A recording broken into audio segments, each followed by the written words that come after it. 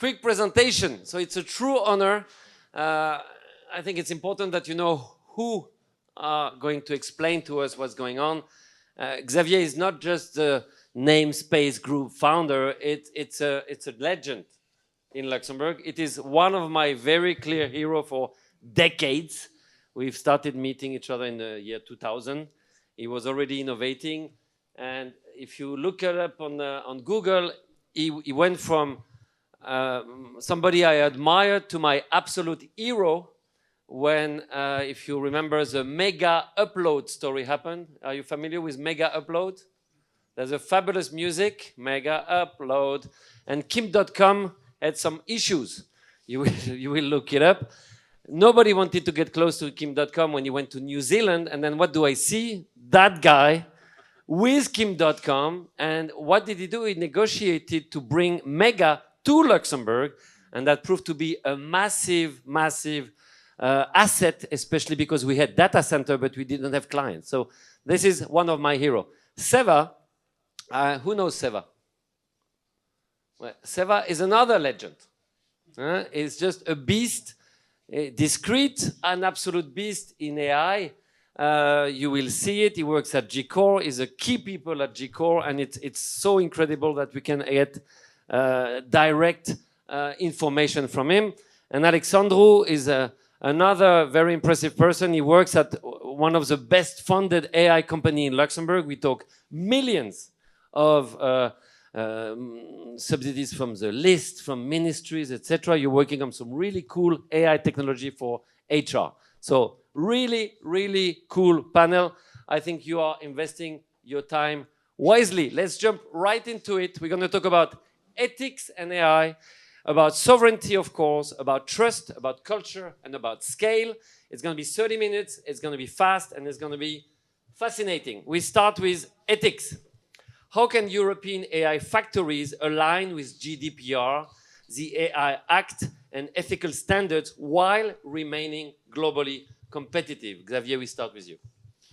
Well, we have to live what we have to live with. So we are in Europe, so we have to turn that as an advantage. So, of course, we get regulated a lot, but we should then use it and turn it around, and we can use it as by default. It's audited by default. It's privacy by default. And so we should label it as something positive and really be strong. If we can do it then with the most strict rules, then we can export it to the entire world. So that's the way we should do it and look at it when we get restrictions. So that's what it is. We just composed with it. Seva, what do you think about those ethics considerations? For sure, it's a very important topic, and we can see that a lot of US big AI companies like OpenAI, Meta, Google itself, so they're trying to build the infrastructure in Europe because they need to compliant. They need to process data in Europe, and especially the model itself can be different compared with the US version because we have additional regulation, how model trains in which data they used, and how the end user processing in which country with the specific regulation. So this is the one important topic. Another thing, how potentially models, so right now we're using, for example, ChatGPT, and they're providing the answers for us. For one question, we have proper answer. But the super intelligent AI will be finding the way how to skip the rules or how to potentially replace or moving the data on the way how it will be broken the rules. So this is also very important topic, not only from the infrastructure perspective, but also from the AI engineers, how they will build their model and how the model itself will be regulated or compliant. And maybe not keep the rule inside the model itself. It's only the one way, and we need to provide the proper ethics and also the capabilities where humans potentially thinking like empathic things and also the understanding what is good, what is the bad. But from the infrastructure perspective, yeah, so we see that a lot of companies trying to build the gigafactories right now and also government trying to participate. And this is related to the all local rules. And it's not only related to the Europe, but every country trying to do their own sovereign solutions. And this is why ethics and how you're processing data are very important. Okay, Alexandru, what about ethics? Finally, I'm very happy to be with the legends here, and I hope I will become one day. For us at RMT Labs, I think these constraints, GDPR, data protection, and the AI Act, it's very beneficial for our startup because for many companies, this is very highly complicated to be implemented. Okay, about AI Factory, we actually applied to the AI Sandbox, which is the regulatory sandbox where you can test your application and apply all these rules. What I want is the AI Factory to be faster. We are in a startup environment and we need to move fast as the rest of the world. So we want them to be together with us and help us to be competitive.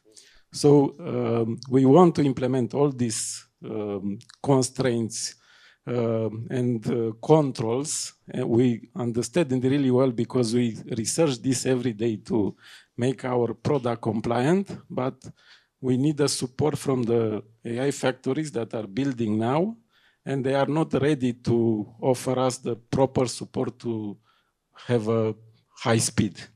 Exactly. So just to close on ethics, I'll give you two examples. One is finance. You know, Luxembourg is the absolute leader in investment funds in Europe, number one. And we've seen 10 years ago a huge wave of regulation, which was very positive. And what happened after that is US investors, Asian investors, Middle East investors came to Luxembourg because the regulation was so strong. So it was a positive effect. Then I give you another example, bank account opening. You know, you open it in America in 5 minutes. If you open it in 2 months in Luxembourg, you're lucky. Do you think here, the fact that we are so strict with the AI Act, is this going to be as beneficial as funds or dangerous as bank accounts? Well, the advantage is at least it applies to all Europe. Huh? So at least there we have a level playing for all Europe. So we have to, but I think that at least Europe, especially, it depends where you look on. If you want to be like and build an AI, like to be a competitor for OpenAI out of Europe, forget it. So that you can forget. But if you want to go for corporate and have AI solutions for corporate, there we have our niches, and thanks to the laws, we will be able to build verticals, and a lot of startups, and especially young people, they will be able to build nice solutions because they are fast and dynamic and they know how AI works. So that will be a huge advantage, and for local market, European market, and European market is still big. So that's where there is something positive. I will answer it the same way as you mentioned, the good and bad stuff. On the good stuff, yeah. So if you will apply regulation and sovereign, so you potentially applying the rules for largest companies, AI startups, again, OpenAI, Google, Meta, Mistral, our guys from Europe. But anyway, so they need to build some local entities with the local infrastructure. It's additional business for the government, and it's potentially taxes and all those stuff.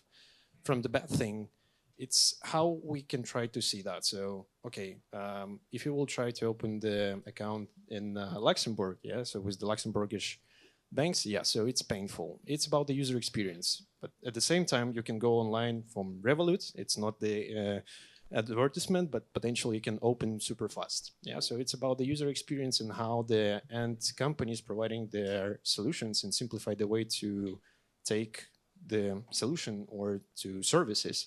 So this is the case. It's not related to the regulation. It's how you can apply regulations and providing on very easy way your solutions and services. This is the case. Alexandru, positive or negative? I'm always positive. And my colleagues knows that. So I'm trying to get a good balance between the good and bad. What I think here, we really need a ChatGPT of Europe.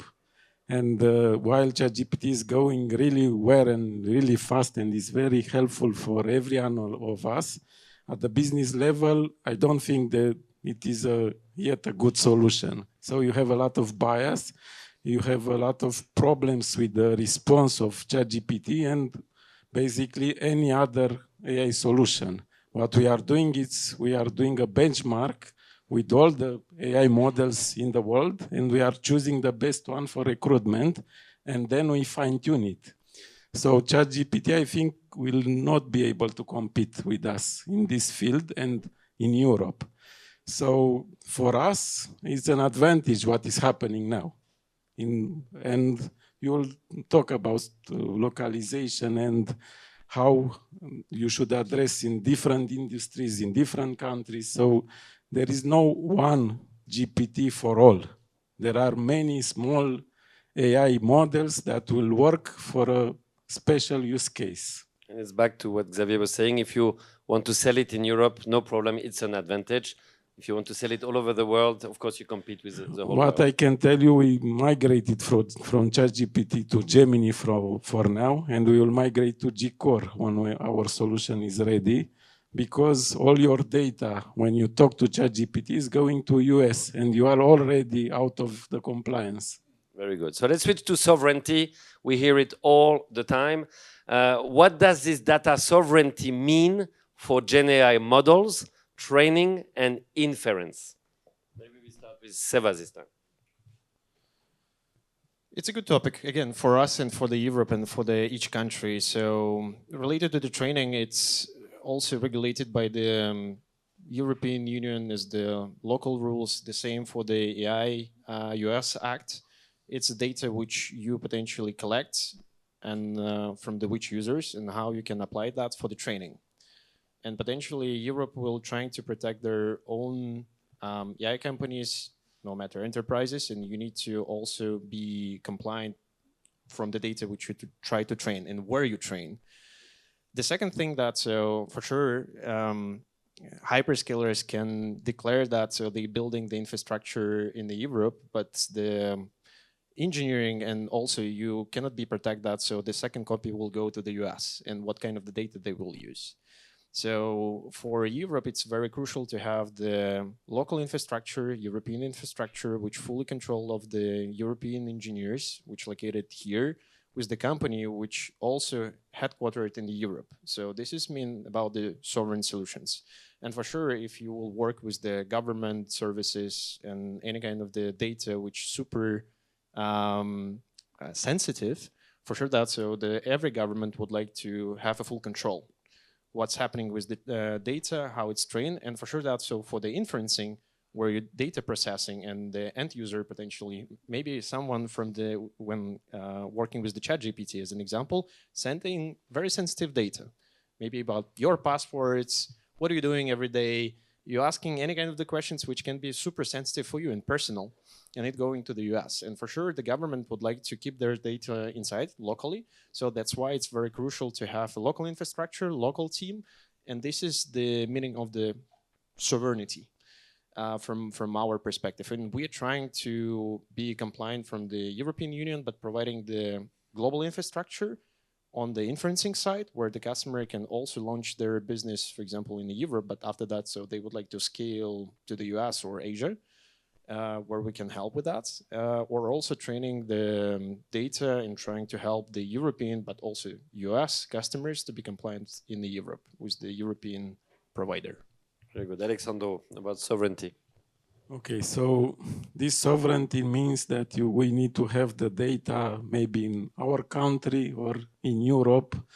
So the solutions should be hosted somewhere close to your business. We were researching a lot of solutions to do that, and I think the inference is the hardest problem to do that. And I think it was, I think 3 weeks ago, there was an incident. AWS had a problem with the cloud in somewhere in US, and many European solutions like Canva and others, they were down. So actually there was a database that was in US that was creating a problem somehow for many businesses in Europe. So then you ask, then why is this connection? So part of the data was actually in US. But so we need to be compliant and we need to have the data. For example, in banking, you need to have in Luxembourg, you are not allowed, and in many use cases. So why is that a problem? Because sometimes the companies, they have secrets. then you have also this problem with the PII data of the clients, of the users that are going somewhere in another country, and at some point you could be discriminated, or some bad things could happen. So we need to think of these things, and we need to find a solution for Luxembourg, for Europe.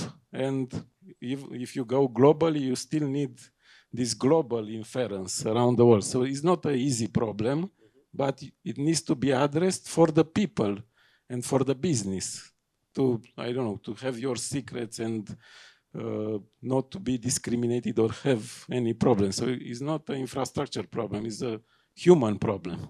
Yeah, and we talked before the conference about the fact that people often don't realize that AI without data is more or less useless. It becomes interesting when you get, the more data you have, the better it is. That's where sovereignty kicks in. Xavier, what do you think about this? Sovereignty, I will give two examples. One, two, three. I will give two examples. So another example was Cloudflare was down, that the DNS resolver were down, and so many websites were down in Luxembourg. And EuroDNS, our DNS servers, of course, we were not down, of course. We were up and running.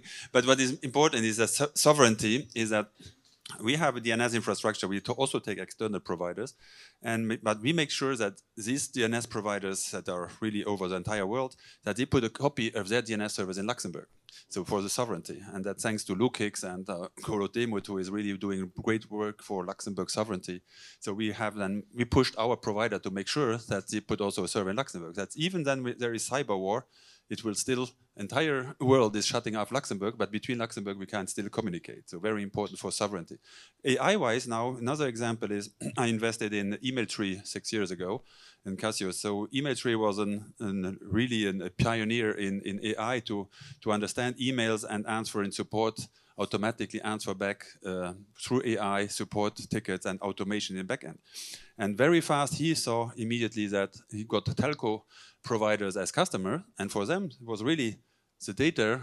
When you're sending emails, customer emails, support emails to an AI, you can only have it local. You cannot even go to an external provider, GTP. So he were able to build AI already on premise. And this AI, I call it hybrid infrastructure. You have then your local AI in the company, and you anonymize it, and then this AI goes and learn outside from open AIs, but in an anonymous way, and then enriches the hybrid version of AI inside the company of the local one. So this is the future, especially for solutions in Europe, with this mix of data and how AI will process it in future. Very good. Let's switch to culture and trust. Two very important things. We're humans and we are basically powered by trust. So how can trust, ethics and compliance become sources of differentiation rather than regulation? Maybe you start, Alexandru. So we started RMT Labs with Trust at Core. So we are processing, for example, a lot of data of the people, for example, CVs. And I take your CV and then I have to extract your skills and all of this. And it's really important how you do it. If you have a hallucination, for example, 2 out of 10 skills are not right, your clients will go out. So it's very important to create a trust. And then, for example, big enterprises, they want to work with companies that are liable, and they think about compliance. Well, how do you process the data of their clients? So for us, everything that we build is with this trust in mind. And for many people, probably it's bullshit. But for us, it's an important value. What do you think, Seva, especially from an infrastructure perspective? How can trust, ethics, and compliance become source of differentiation rather than regulation? Every country has their own ethnics, and for sure that's big models, or again, we a lot of mentioned about the OpenAI cannot cover everything for each world, for each country, for each ethnics, for each compliance. That's why we will see the local companies which will train with the local language, with the local rules, with the local entity, which will be specifically for the local citizens or the specific businesses which should be regulated as well. from the other hand, we need to understand that so the AI and the models which we use right now, it's the students, and potentially I started with you can provide the question and potentially you will have an answer, but if you will say that, so, oh, I see the mistake. So potentially you have, oh, you're right, that so I'm fixing in one part. And after that you will say, okay, so you have a second mistake. Oh yeah, you're right. So they fixed the second thing but returned the issue in the first part. With the superintelligence, if it happen, it will be much smarter than humans, I believe that. So, and this is the problem where we will potentially can lose control, and this is the question about the ethics, and it's more general human things which we need to think, and what will happen with those kind of the models, and how we can collaborate with those super intelligence. It will be the big question about the ethics for sure and compliance. But yeah, we will see. And also, so we have meetings with the guys from Middle East, so they have specific culture things which should be applied for the models. In Europe, we have our own rules, in US and other things. So this is the very important topic, but this is from the infrastructure perspective, more about the compliance and how it potentially providing on the model side protection and safety guardrails for any kind of the injections and etc. But it's more related to the end AI companies which building the models. So this is the crucial part. So Xavier, back to you about those cultures, establishing trust from Luxembourg to New Zealand to Asia to America. How do you compose with that? I have quite experience in that because we bought company in a good example in Hungary, a domain registrar in Hungary. We bought another domain registrar in Barcelona, in Catalonia. For sure, we didn't announce that EuroDNS bought them, and for sure, we didn't announce that from now on they are going to buy on EuroDNS. We made sure we kept the local brand, and we made sure we kept the local employees, and we didn't say any word. These people would have stopped buying services next day. For them, the culture is very, very important, and that's when Europe will stay. Catalan people will never buy from Luxembourg companies. They will continue to buy from a Barcelona company. Hungarian people, they need to make sure that they are buying on their local. And that with AI, that's going to be the same. So there will be so many niche players and so many verticals because culture is what makes Europe the difference, absolutely. That's really, very interesting. So it takes us to the logical next step, which is scaling. How do you scale? We understood you can still do acquisition, but you just keep it quiet. It's just centralized here. How can infrastructure scale sustainably amid energy limits? I met recently our Minister of Economy, who is also Minister of Energy, and this is a big conundrum, especially in Luxembourg.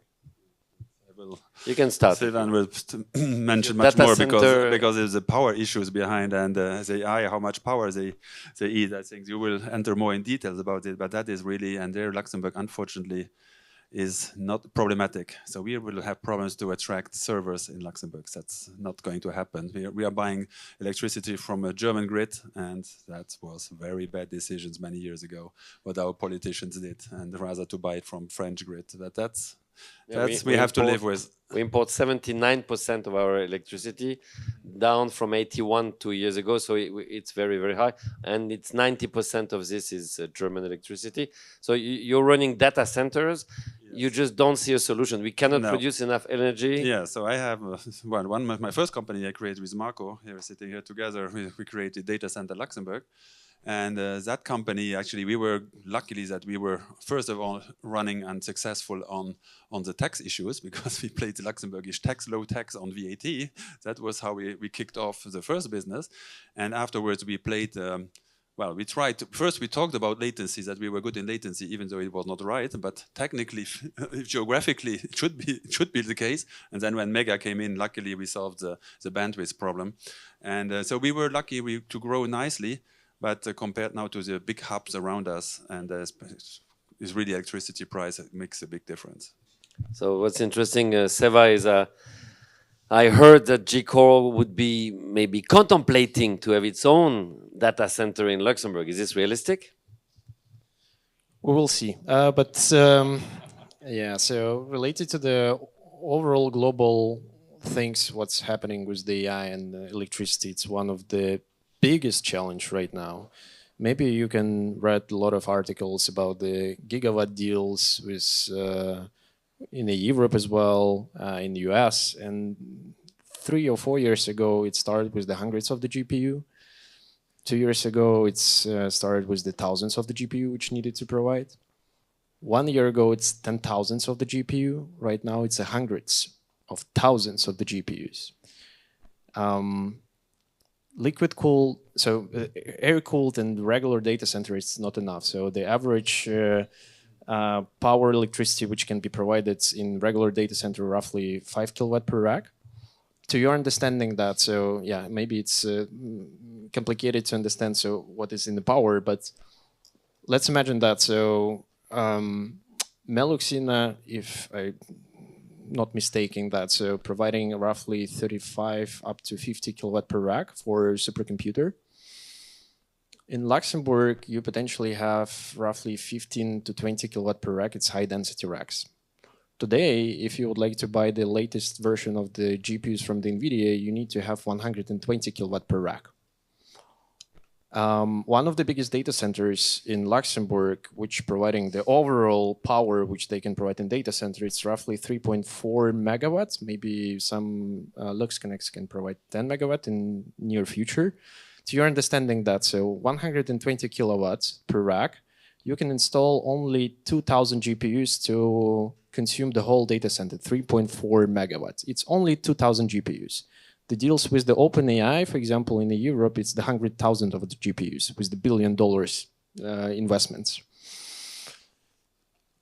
NVIDIA will push, it's not the limit. The next generation will be 600 kilowatt per rack. The next generation will be 1 megawatt per rack. Data centers in Luxembourg 3.4 average, I mean, so per all data center. And the war from the infrastructure part, which we have, because hundreds of the new clouds, new GPU clouds come in and everybody fighting for the price right now, where the price of the electricity is one of the crucial. It's roughly 30% from your overall unit economy and the overall investments which you need to do. Finding the place where you have enough electricity, you have a cheap electricity, you have a land, and you need to build data center much faster than, so it's not can be 5 or 7 years, but you need to rebuild the data centers every 2 or 3 years because the NVIDIA pushing every time the new generation. It's one of the biggest complexity.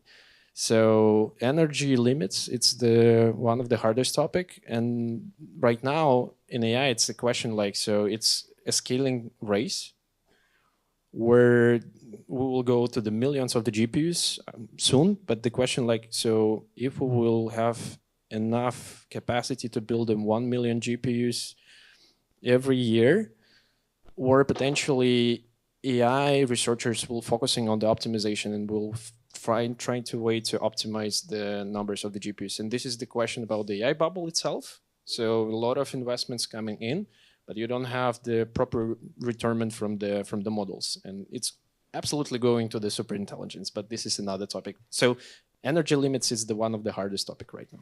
Alexandru, infrastructure scaling and sustainability. That's a beautiful question. I really like this because we implemented AI and Gemini and ChatGPT in many applications, and it works perfectly, but it costs $1,000 per day or $1,000 per question. So it's we hit a limit, we hit a wall. So where NVIDIA will go to 10 trillions, but will not go to 100 trillions because there is no space for that. And the electricity cannot go much further. We probably need something 1,000 times more efficient. I'm an old guy. I was programming 30 years ago when we had only 1 mega to do something that is working. Now, if you see your browser, Chrome, it has 2 gigabytes on a tab. That's way inefficient, believe me. And I think also Google, ChatGPT, all these LLMs are highly inefficient, and if they are efficient, are highly costly. So if they have a good accuracy, the cost is you cannot even use it. So actually what's happening, ChatGPT is paying from the debt. So he's getting an investment of $500 billion to pay for your chat. And that's not sustainable, I think. And I'm working on a better solution. And I think that's doable for many people, where you have 1,000 times more efficient SLMs. And I think another change that will be, we will have soon infinite energy. So both things will have to be solved soon.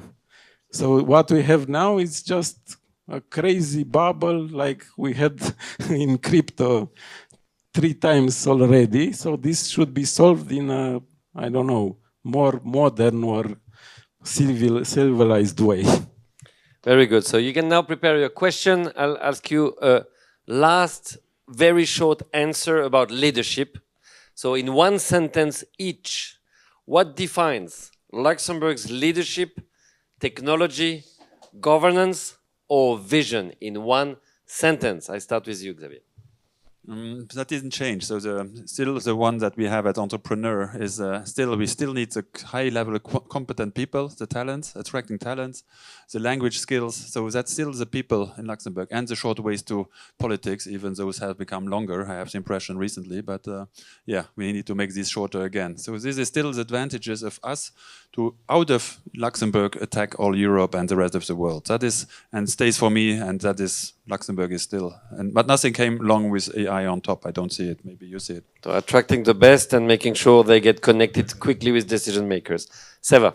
Yeah, I'm fully agree with that. So the people, talented people which can come to Luxembourg much easier if I compare with our neighbors like Germany or France as an example. The second way, yeah, so much easier as the country is so small and ready to and open doors for any kind of the innovations.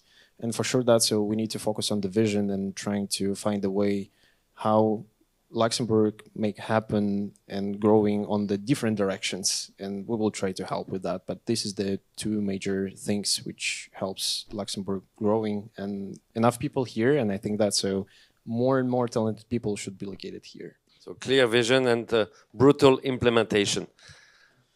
Yeah, we have different opinions because we are coming from other countries, so I was not born in Luxembourg. And what I appreciate is here, compared to Romania and other countries that I visited, is the governance. So we had a very good support from the government. And you can easily open a company, you can get investment for research and development. We are bringing the people, we have the solution, the talent will be here. And what I appreciate really is how Luxembourg is putting the vision. So it's AI, data, space, which not many countries have that. I hope that we will also achieve it. Very good. So, who has questions? We're going to have a microphone circulating from my friend Simon over there. Over there.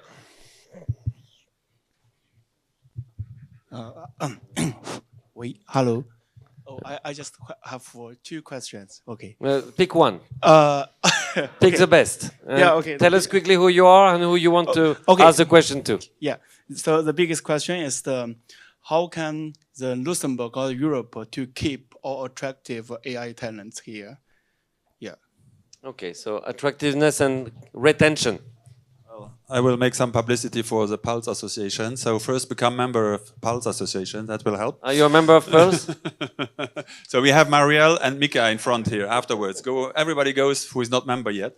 And for instance, we as founders of and co-founders of the association, we went to the different ministries. So we were pushing the law now that's coming up for investor incentives and also for the stock options. And so we are heavily pushing that. But we need to show that we have the quantity of startups and people behind us so that we are a voice that they take seriously. Absolutely. So that is one of the things.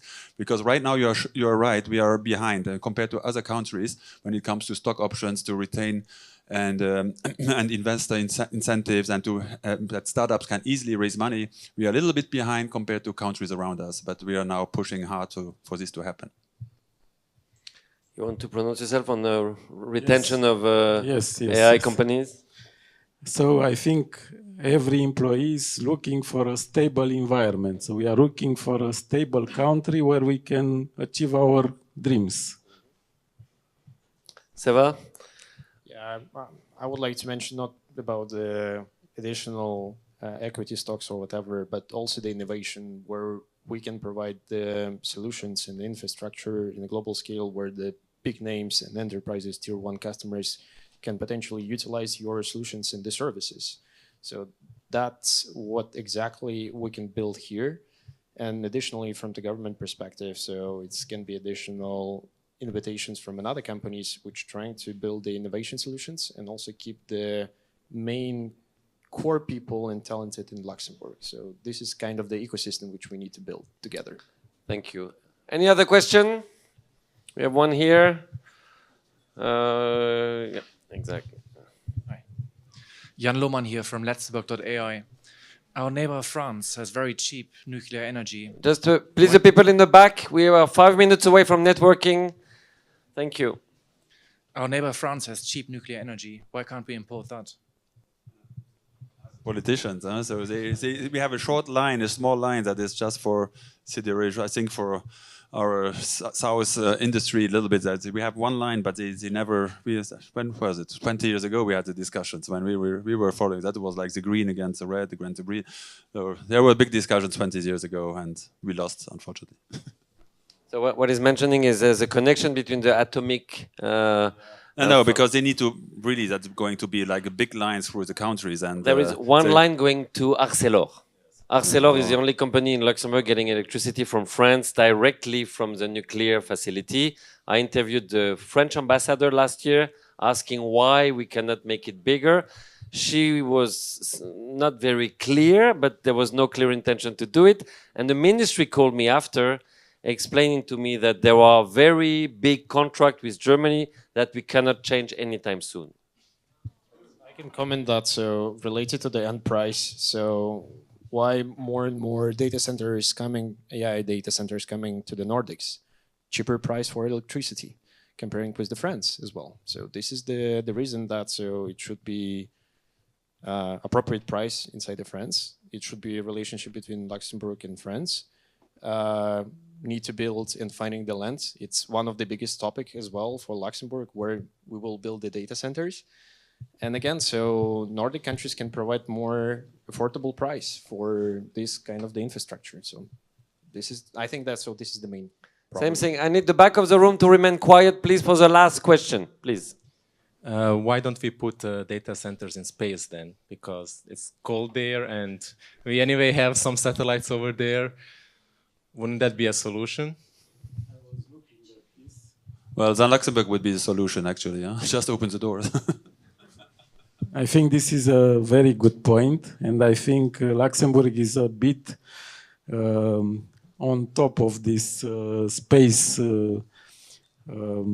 projects. So I think that's a very good idea to put them in space and also to use solar panels of 1 square kilometer, and I think it's a very good environment, and Google is already doing that and other companies.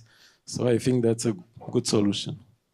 So before we stand up and start the networking, feel free to approach, yes, our friends. There is still a question? I think if we want to have enough time, you can go directly to our friends and ask in 2 minutes. Enjoy the networking. Come and ask questions. Thank you very much.